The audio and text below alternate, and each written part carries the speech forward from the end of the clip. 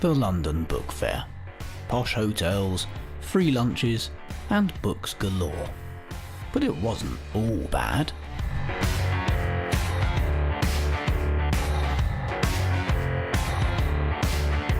This is Partners in Crime with Adam Croft and Robert Dawes. Well, it's not a Friday, but we are here, slightly late and, on my part, slightly tired from the London Book Festival. How are you, Bob? I am very well, thank you very much indeed. Welcome back from the London Book Festival. Thank you. And welcome to something else as well. Yeah, we are sitting here in the new studio. It was ready much sooner than we thought it was going to be, actually. It's as you might be able to hear, not fully furnished yet. Might be a slight little echo in the background. But, can I just say, it's a triumph. It really is. I expect Nick Knowles to walk in at any minute now, DIY SOS. But there's no need, there's no job for him to do because it's all been done to perfection. Nick Knowles has not got a patch on my guys. No. 2 weeks ago today, as we record this was a garage, and it is now most definitely not. Well, you fully decorated. Could not believe, listeners, that this was once a garage because it's now a fully fledged studio, study, office. I mean, it's very, very impressive. A nice plush, thick pile carpet underfoot, and terrific working conditions. The only other thing is, because you're not seeing this, is that I'm sitting the other side of Adam. Yeah. Because that's the way it's worked out. So I'm getting used to that. I'm used to being on your right hand side. Yes, you're usually my right hand man. Yes. Now you're my left hand man. I'm your left hand man. Well, there we are. Well, it's very impressive, and I have to say it's a lovely atmosphere. So well done. And of course, you've got a pretty good decorator as well as a builder, didn't you? Yeah, well, that was me, that bit. Yeah, a bit of a marathon. So yeah, don't look at the bits where I've missed with the paint, but I got there in the end. That was me getting back from London Book Fair at about 6 o'clock on Wednesday evening, and I was out here till about 8 painting. Oh, well, no one's ever faulted your work ethic. No, well, you shouldn't have done. The next day I was out here for nearly 11 hours solidly painting, but we got there in the end. Yes, we're done, and we are in. We are here. Coffee is hot, and not that it makes much difference to anyone else. Underway. How long have we been going now? For a good 2 minutes. We haven't mentioned crime once. No, we've been going for over a year, and we've not mentioned crime yet. I don't see why now should be any different. Yes, I did spend a couple of days last week at the London Book Fair, and very nice it was too. And I did do a little report. Do you want to let me know anything? Actually, let's go through what we've read this week first, or what you've been watching this week, and then we'll go into the London Book Fair. Okay, keep that. Leave them hanging. Well, fair enough. Well, I've got some crime recommendations. Let me just move my car keys. I know what you did there. Yeah. You looked at your keys and you went, I've got to move them. I'm not going to be able to do it quietly, so I'm going to own this. Yes, it's all my years in BBC radio with sound effects, sort of coconuts for horses, sort of acting. Anyway, right, my first recommendation this week is, again, I'm coming to this very, very late, and I'll probably hear a collective groan worldwide. Well, I won't hear it, but I imagine that there might be one. It's the television series Gomorrah. Now, those of you who have watched the 3 series that have been made so far will probably no doubt be going, wow, at last they've got round to this. And at last I have, and very happily so. It's an extraordinary series that I can recommend wholeheartedly. It has to be said, it is extremely violent and very, very upsetting. But authentic, dramatic, I mean, extraordinarily well filmed and acted. And in television terms, it's a real scene. What do you do? Scene? You can't turn a scene, can you? I mean, what's the equivalent on television of a page turner? In books, I don't know. It's an eye gripper. Yeah, it's fast paced. It's a fast paced thriller, and I'll tell you a little about it. Really, it was, as I say, it's available on Sky. It's available wide as it happens. So there's no excuses for not being able to find it Like somewhere. you not being able to find the right page there. No, exactly. I'm looking for it. I think here it is. Right, here it is. You can tell we don't edit this. No, well, this is a Saturday afternoon we're doing this. I'm not used to working at the weekends. Gomorrah is an Italian crime drama television series created and produced by Roberto Saviano, based on Saviano's book of the same name. It originally aired on the Sky Italia network in May 2014 and has run so far for 3 seasons. It premiered in the United Kingdom on Sky Atlantic on the 4th of August 2014 and in the United States at Sundance TV on the 24th of August in 2016. The series has also been sold in 170 countries worldwide. So, worldwide listeners, find it if you haven't already. That's my son giving us a little. That's it. little welcome. I don't think I'd recommend it for his viewing. I wouldn't. It tells the story of Ciro Di Marzio, a member of the Savastano clan, mafioso, headed by Pietro Savastano, a high-ranking drug lord. Ciro aims to navigate the dangers of the criminal world while also fighting a brutal civil war. The title is a play on the Italian crime syndicate Camorra, and the show is set and filmed in Naples. Upon release, Gomorrah gained great critical acclaim for its characterization, pacing, atmosphere, acting, directing, and writing. It also became a ratings hit for Sky, regularly featuring. Oh God, I can't speak today. I haven't had enough coffee. It's the last time we do one on a weekend. It is. It also became a ratings hit for Sky, regularly featuring as one of the network's most watched cable television shows. It's great.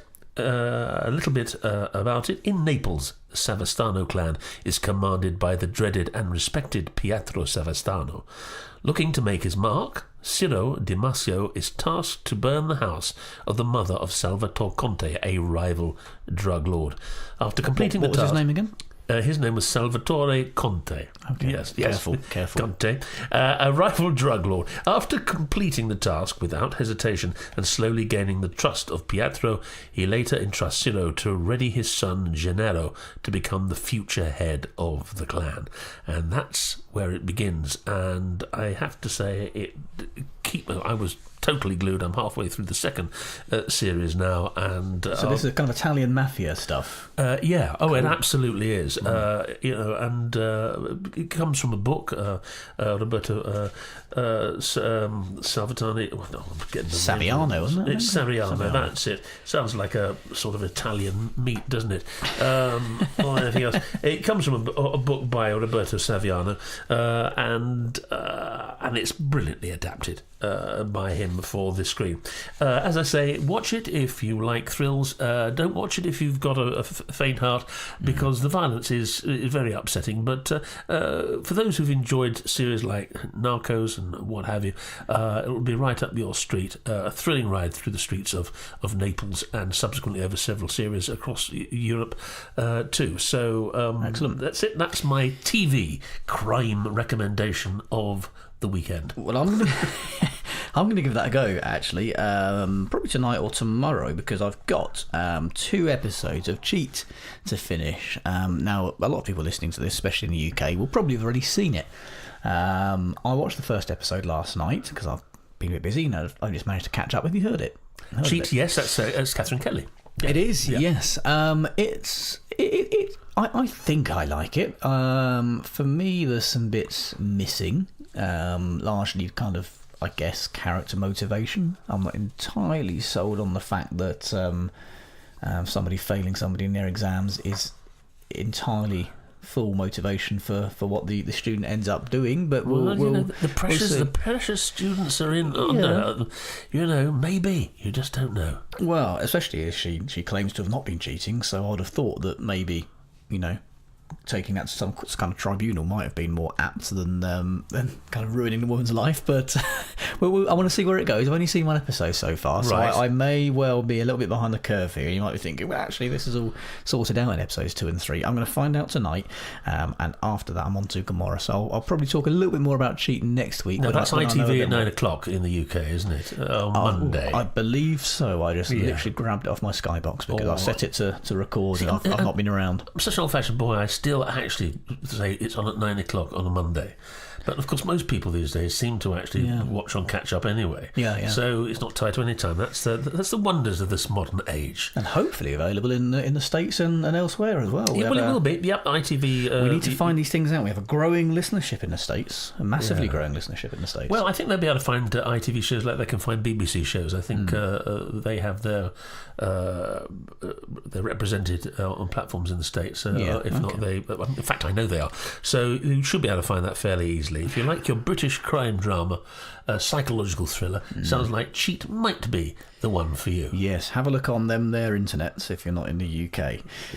Right, shall we go to my London Book Fair report? Yes, I'm absolutely fascinated to hear this. This is going to be new to my ears as it will be to yours. So why don't you hit the button? I will. Day 2 then of the London Book Fair. Don't worry, you haven't missed half the episode. I have. I got here yesterday, went for a very nice lunch with Kobo, intending to meet lots of crime authors and people at the fair and speak to them, but somehow managed to completely forget to record a single thing. So I'm hoping to rectify that on day 2. It's about 7:20 in the morning here. I'm looking out of my hotel window onto the very palatial area of Kensington in London, about to head into the festival to do my talk at an ungodly hour of 9:45 about some very boring things to do with publishing that you really don't want to hear about here, but hoping to grab some crimey types while I'm in there and speak to them. I think Rachel Amphlett is in town. I am meeting my cover designer later on as well, Stuart Bache, who we've heard on the podcast before, talking about how book covers influence the kind of things that people buy, especially in the crime and thriller sphere. So hoping to catch up with them, and hopefully a few other surprises for you too. Otherwise, this could be a very short episode. I'm here in the main hall at the London Book Fair. I've just done a very boring talk on publishing and the future of the industry, and I'm now standing in front of a big picture of Dennis the Menace and Nasher. That's how weird this place is. What's even weirder is I've bumped into somebody who a lot of you will probably already know in a very strange kind of way. Those of you who've been keeping an eye on the show notes of every episode will have realised that the person who writes our show notes has started getting perhaps a little overconfident and has started throwing lots of sarcastic little remarks in there. We had some emails and some questions from people asking who it is. We can't tell you who it is for various reasons, but I have bumped into the show notes writer at the London Book Fair. That's how weird things are. And this is the show notes writer. Hello everybody, it's lovely to finally reveal my mysterious enigma. Well, your sarcasm has been noted, and your little digs at me and Bob in the show notes every week. What are you playing at? It's just so easy. I like the comment about the mugs a week or two back. That was a particular favourite of mine. And on the subject of mugs, we decided we can't just keep calling you the show notes writer. Your cover has not been blown. People know now that you exist. But we need to name you. We can't just call you the show notes writer. So I think we should give away a free Partners in Crime mug to somebody who gets in touch and tells us what we should call you. Along the lines of the Stig, I guess, from Top Gear is the kind of thing we're thinking, in that you're always there, you're seen, heard in this regard, but not identified. No, absolutely. Something cheeky, mysterious, wildly sarcastic. And yes, I think absolutely. Yes, and we'll send a free Partners in Crime mug to the person who comes up with the best name, all the usual avenues. I think hello@partnersincrime.online, Crime Fic Podcast on Twitter, and we're knocking around somewhere on Facebook as well. Well, I mentioned earlier on, fortuitously bumping into people at London Book Fair. It's that kind of place, and I've bumped into somebody who, if you listen to my audiobooks, whose voice you might soon recognise. Adrian is the new voice of Night in Culverhouse, aren't you? Yeah, and I don't know whether to use my normal voice or slip into a bit of Culverhouse, but yeah. Well, why not? Why not? Well, in the voice of Jack Culverhouse, what are you making of the London Book Fair so far? Well, it's full of interesting characters, isn't it? I mean, a few of them, you know what, are knocking around. Some nice ladies, though, I must admit. That's very weird, hearing one of my characters talking to me from standing next to me. How are you enjoying London Book Fair? Because you're starting to write your own thrillers, aren't you? Yeah, I'm in this sort of strange sort of hybrid world of doing several things at once and juggling many plates plus a daytime job, something I know you've been through yourself. So I find it absolutely bewildering. I'm having a massive attack of imposter syndrome walking around. That doesn't stop. Let me tell you that doesn't stop. Yeah, and I'm thrilled to see, obviously, meet yourself for the first time, but also see so many of the people I'm currently sort of following. So Mark Dawson's the obvious one, member of the SPF community, and trying to figure out, how I'm going to follow the same path that you guys have gone through. Well, that's the good thing is there are, some big names knocking around, and everyone talks to everybody, and there's no egos. And that's one of the things I really like about it as well. Are you enjoying doing the Night in Culverhouse audio? Oh, I love it. Good. I love it. I feel like I've found my spiritual. He's my alter ego almost. When I go Culverhouse, I do it at work now. I have 40 staff at the BBC. And when I slide into Culverhouse, it's my way of being able to swear still in the office in these chastened times, because about 6 months ago I got pulled up for using the F word. But if I do it in character, I can get away with it. So it's quite fun. That's true. It does give you a lot of leeway, doesn't it? But With a Vengeance was the first Night in Culverhouse book you were working on. So book 7 onwards, you're the voice of the series. So I think everybody listening, crime fiction fans, should go out and buy them now. Yeah. I'm sitting in now a very nice white table. It's very modern looking furniture with Stuart Bache, who's been on the podcast before, cover designer extraordinaire. Hi Stuart. Hi, how you doing? Very well, thank you. Yes, it's nice to bump into people that you know and you've spoken to on the podcast or work with in various ways, but never actually met. Yeah, exactly. Yeah, everyone's just digital. It's just words in an email. So it's really good to meet clients, and we've spoken loads of times, and I've done all your books and stuff. But it's actually really great to properly see you and speak to you. And you, yeah. I want to ask you actually what the London Book Fair is like from the point of view of somebody kind of in the industry, I guess, from the other side. I mean, I've spoken to other authors and people like that, but from somebody who is a service provider, I guess, without being too dry on a crime fiction podcast, how does it differ for you? Well, it's really new. It's my first time here. I wasn't sure what to expect. I was a bit worried that it might be not very helpful. I'm here today seeing either clients or people who just want a little bit of feedback on their book covers and whether they need to be changed or if they're okay, or also just talking to me about how I could work with them in the future and that sort of thing. And I was a bit worried that I wouldn't be able to offer anything, but actually from my perspective it's been really eye-opening. It's been really fun actually. So this place is absolutely mad. It's so busy and so loud, and there's so much going on, and I basically had to set up camp around a table and not move for the entire time. There are people walking around trying to grab chairs and all sorts of stuff, but it's really fascinating to see it from a perspective. I worked in traditional publishing for a long time, and so I kind of have an idea of what LBF is like from like an editor's perspective, but designers don't usually come to these sorts of events. But I actually think it's really good. It's another aspect that I think I can add to it.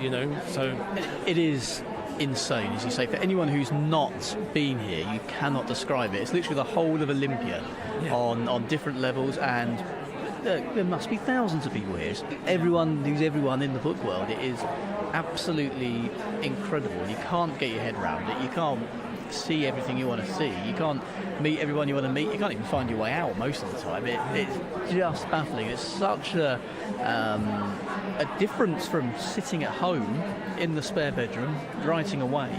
It's just the complete opposite of what day-to-day life is like. Oh, there's an author, I'm guessing, as a cover designer as well. Yeah. I mean, I work from home too, and I mean, this is a bit mental for me, because I speak to almost everyone just purely on email. So having the opportunity to talk, it's probably the most I've spoken in a very, very long time. I'm getting a bit hoarse from it.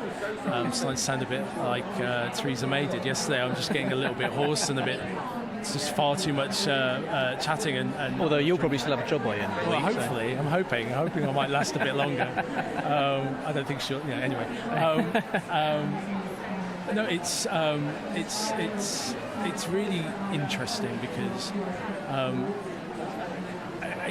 I work from a visual perspective, so what's really nice is being able to show people stuff and talk through their visuals rather than just chatting back and forth and hoping to get some sort of information back about what they want. I can see directly what their covers look like, and I can even scribble and draw stuff, and I have done on my iPad, and say, well, I'll do it like this, and here's some layout. And I've been taking screen grabs and all sorts of things. So yeah, it's actually really cool. I want to do it a bit more often. Actually, I'm going to. It's far too tiring for that. It is. Do you know what? It is tiring. I've been up since 5 o'clock this morning, so it is quite. I am right now on fumes, but. I am doing 20k Edinburgh. Oh, okay. Well, I think I am. I think I'm doing a portion there, and I'm doing something. I'm doing romance authors, I think, in Lancaster at some point this year as well. So I'm doing a similar thing. And this is my first time doing it, and I'm actually really enjoying it. A lot of people do the whole conference circuit. I know people who go to the States 5-6 times a year doing all these sorts of things. I don't know how. I mean, I've done a day and a half, and I'm absolutely knackered. And I'm heading home after this chat because my feet can't hold me up anymore. I'm going back and I'm sleeping for a week. Do you know what? I wish I could. I mean, I'm looking forward to speaking to everyone else today, and I've got an event this evening, but. I wish I could just head home. I've had a bit of a cold, the whole family has, so it would be nice just to be able to have a bit of sleep on the train on the way home. But maybe tomorrow I'll get some sleep. No rest for the wicked. No, that's true. That's very true. We're very wicked as well, so that's probably why. In terms of crime authors, have you spoken to anyone recently? Any cover designs you've done and you think, yeah, this is going to be the next big thing? Any names we should be looking out for, do you think? And I'm putting you completely on the spot there. I'm trying to think. It's for me, it's been less about who I've been working with, but it's more about how I've been looking at how things are changing in terms of design styles. It's always very slow. It's glacial almost in some cases. Women's fiction tends to change very, very quickly, but thrillers and that sort of thing is kind of glacial. However, I've noticed that there's a sort of trend appearing. It's not sort of mainstream yet, but it's not quite what you asked. But in terms of in terms of like thriller covers and stuff, I've noticed bright colours with simple images or very symbols, or I can't remember the name of the book now, but there's a book recently I saw with a stag, a sort of silhouette of a stag on an orange background, and that's been doing quite well, and I've started to notice those sort of creep in. So you're getting away from the kind of the dark, the grungy. Yeah, I think so. And it always happens like that because they will always try and break out, and it doesn't always work. And sometimes what works is there to stay, and it will stay that way for a decade or more. And sometimes something comes along and goes bang, and it works, and then everything else will catch up. So I don't know if it's one of those moments. I do know, though, I have had some interesting information recently. I spoke to Alex from K-Lytics.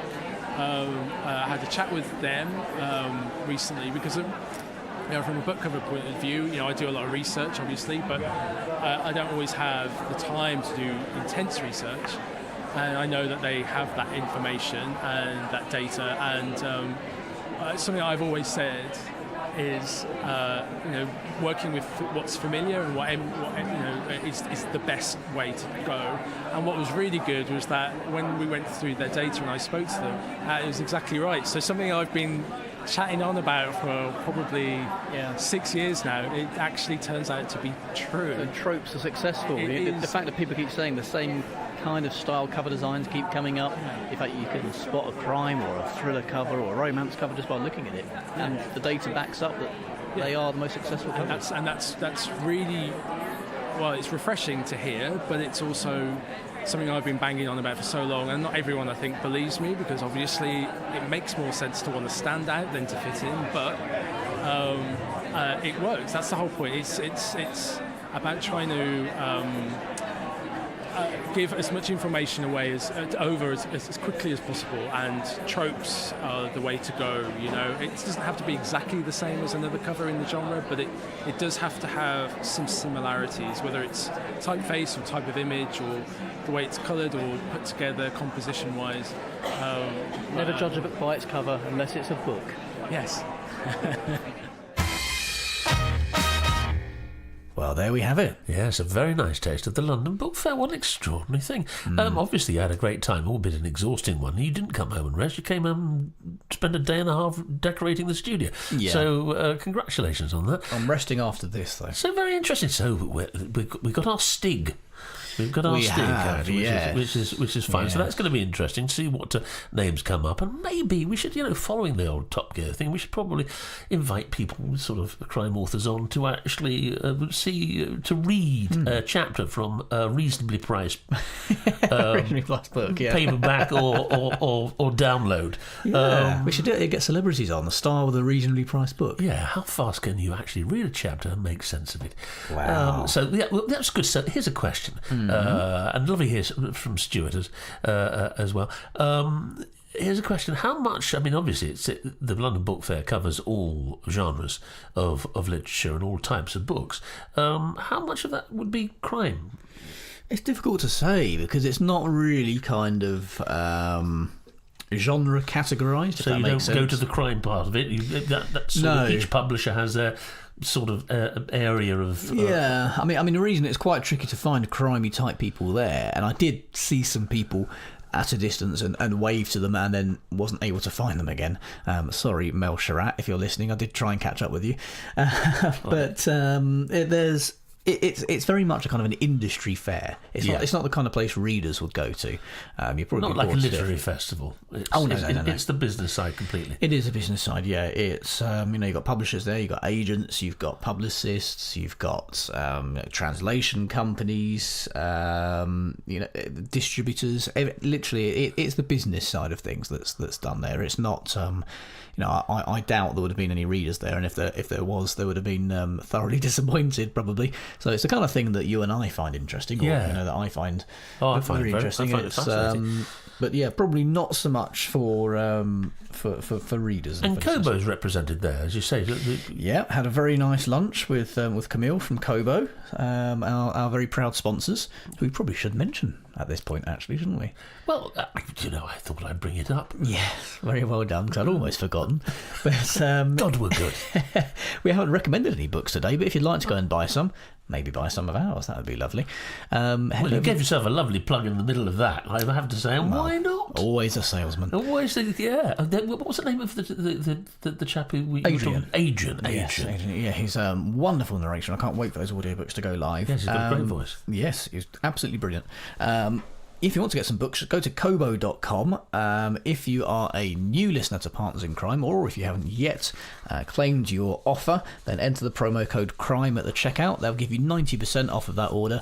And if you're an existing Kobo customer, or if you've already claimed your crime discount of 90%, then you can enter the promo code PARTNERS at kobo.com, and they'll give you, was it 40%? It was 40%, wasn't it? Yes, 40%. It's been a long time. 40% off of every purchase you make going forward, so you can effectively get all of your future book purchases at almost half price, which is astonishing. Thank you very much, Kobo. Listeners may think that I think we're slightly high on paint fumes.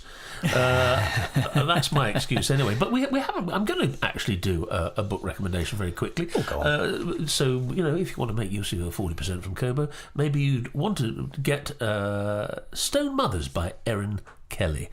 The Victorians used to call their mental hospitals Stone Mothers. They thought the design of the building could literally nurse the sick back to health. Marianne grew up in the shadow of the old asylum, a place that still haunts her dreams.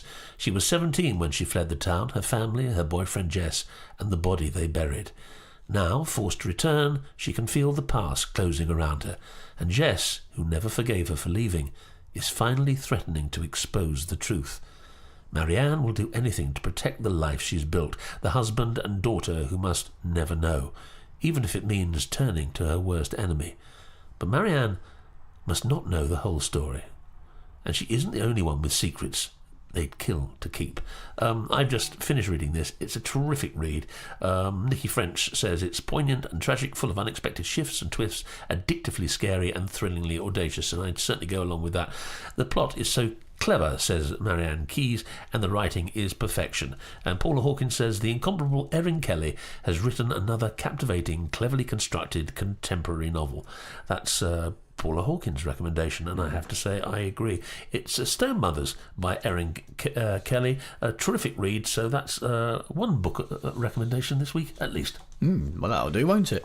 I'm hoping to get some time to read and write and watch some TV again now. Yes. I don't know what I'm going to do myself. Hopefully... write another book. Well, yeah. Or finish the one you're writing at the moment. That would be good, yeah. I've not done anything on it in 2 weeks, so hopefully I can remember what it was about, because I'm about 90-something% of the way through it, so if I've forgotten the plot by now, I'm in trouble, and I've got to go back and read the whole lot again, which won't be fun. But we've got some things coming up as well. We're doing the Ampthill Literary Festival. I read in the brochure that I'm interviewing you and Anthony Lowry.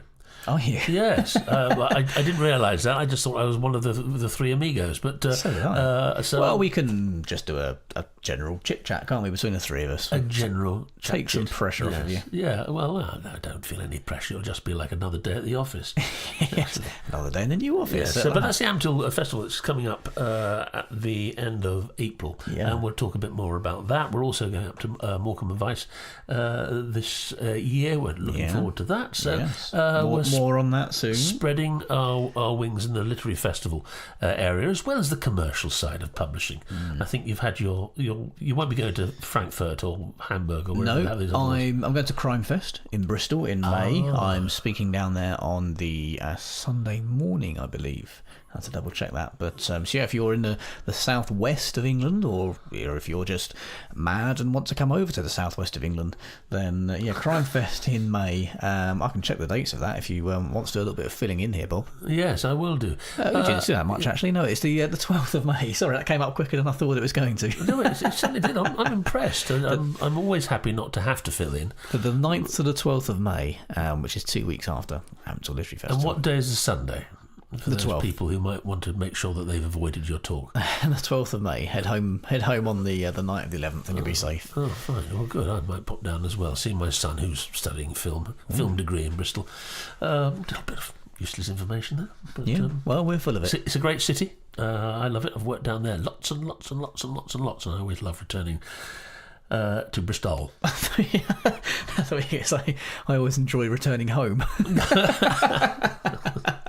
No.